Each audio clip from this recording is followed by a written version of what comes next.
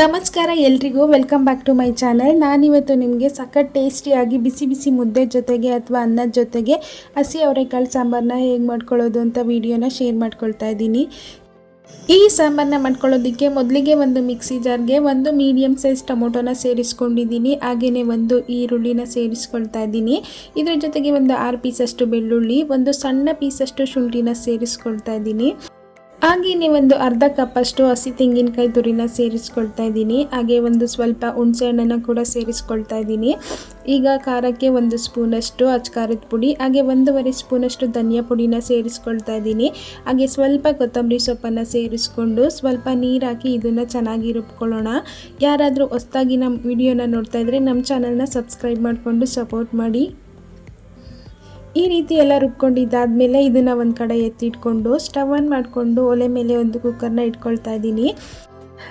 Cooker ಬಿಸಿಯಾಗಿದ್ದಾದಮೇಲೆ 2 table ಸ್ಪೂನಷ್ಟು ಎಣ್ಣೆನ ಸೇರಿಸ್ಕೊಂಡು ಎಣ್ಣೆ ಬಿಸಿಯಾಗಿದ್ದಾದಮೇಲೆ ಸ್ವಲ್ಪ ಸಾಸಿವೆನ ಸೇರಿಸ್ಕೊಂಡಿದ್ದೀನಿ. ಹಾಗೆ ಒಂದು ಸಣ್ಣ ಈರುಳ್ಳಿನ ಸಣ್ಣದಾಗಿ ಕಟ್ ಮಾಡಿ ಸೇರಿಸ್ಕೊಂಡು ಸ್ವಲ್ಪ ಕರಿಬೇವಿನ ಸೊಪ್ಪನ್ನು ಕೂಡ ಸೇರಿಸ್ಕೊಂಡು ಇದೆಲ್ಲನೂ 1 ನಿಮಿಷ ಚೆನ್ನಾಗಿ ಫ್ರೈ ಮಾಡ್ಕೊಳ್ತಾ ಇದ್ದೀನಿ. ಈ ರೀತಿ ಒಂದು ಸಲ ಅವರೆಕಾಳು ಸೀಸನಲ್ಲಿ ಅವರೆಕಾಳು ಸಾಂಬಾರನ್ನ ಮಾಡ್ಕೊಳ್ಳಿ, ರುಚಿಯಂತೂ ತುಂಬಾ ಅದ್ಭುತವಾಗಿರುತ್ತೆ.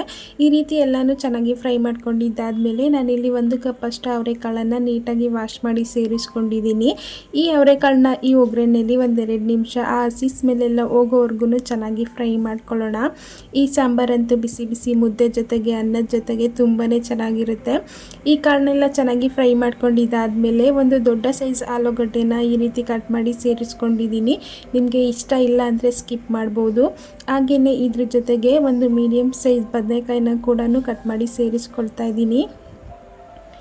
ಇದೆಲ್ಲ ಸೇರಿಸಿದ್ಮೇಲೆ 1 ನಿಮಿಷ ಚೆನ್ನಾಗಿ ಈ ರೀತಿಯಾಗಿ ಮಿಕ್ಸ್ ಮಾಡಿಕೊಂಡು ಮೊದಲೇ ರುಬ್ಬಿಟ್ಕೊಂಡಿರುವಂತಹ ಮಸಾಲೆನ ಇದರೊಳಗೆ ಸೇರಿಸ್ಕೊಳ್ಳೋಣ.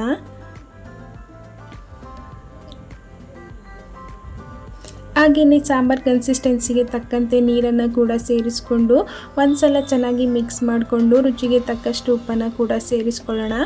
ಉಪ್ಪನ್ನೆಲ್ಲ ಸೇರಿಸಿದ್ಮೇಲೆ ಕುಕ್ಕರ್ ಮುಚ್ಚಳನ ಮುಚ್ಚಿ 2 ರಿಂದ 3 ವಿಷಲ್ ಕೂಗಿಸ್ಕೊಂಡ್ರೆ ತುಂಬಾ ಟೇಸ್ಟಿಯಾಗಿರುವಂತಹ ಸಾಂಬಾರು ತುಂಬಾ ಕ್ವಿಕ್ಕಾಗಿ ರೆಡಿಯಾಗುತ್ತೆ. ನೀವು ಒಂದು ಸಲ ಈ ರೆಸಿಪಿನ ಈ ರೀತಿಯಾಗಿ ಟ್ರೈ ಮಾಡಿ ನೋಡಿ. ಈಗ ಕುಕ್ಕರ್ ವಿಷಲ್ ಆಗಿ ಕೂಲಾಗಿದೆ, ಓಪನ್ ಮಾಡಿ ನೋಡೋಣ. ಸಾಂಬಾರಂತೂ ತುಂಬಾ ಟೇಸ್ಟಿಯಾಗಿ ಚೆನ್ನಾಗಿ ರೆಡಿಯಾಗಿತ್ತು. ನೀವು ಒಂದು ಸಲ ಈ ರೆಸಿಪಿನ ಟ್ರೈ ಮಾಡಿ. ಈ ರೆಸಿಪಿ ವಿಡಿಯೋ ನಿಮಗೆ ಸ್ವಲ್ಪನಾದರೂ ಇಷ್ಟ ಆಗಿದ್ದರೆ ಲೈಕ್ ಮಾಡಿ, ಶೇರ್ ಮಾಡಿ, ಕಮೆಂಟ್ ಮಾಡಿ. ನಮ್ಮ ಚಾನಲ್ನ ಸಬ್ಸ್ಕ್ರೈಬ್ ಮಾಡಿಕೊಂಡು ಸಪೋರ್ಟ್ ಮಾಡೋದನ್ನು ಮರಿಬೇಡಿ. ಮತ್ತೆ ಮುಂದಿನ ವಿಡಿಯೋದಲ್ಲಿ ಇನ್ನೊಂದು ಹೊಸ ರೆಸಿಪಿ ಜೊತೆ ಸಿಗ್ತೀನಿ. Thanks for watching.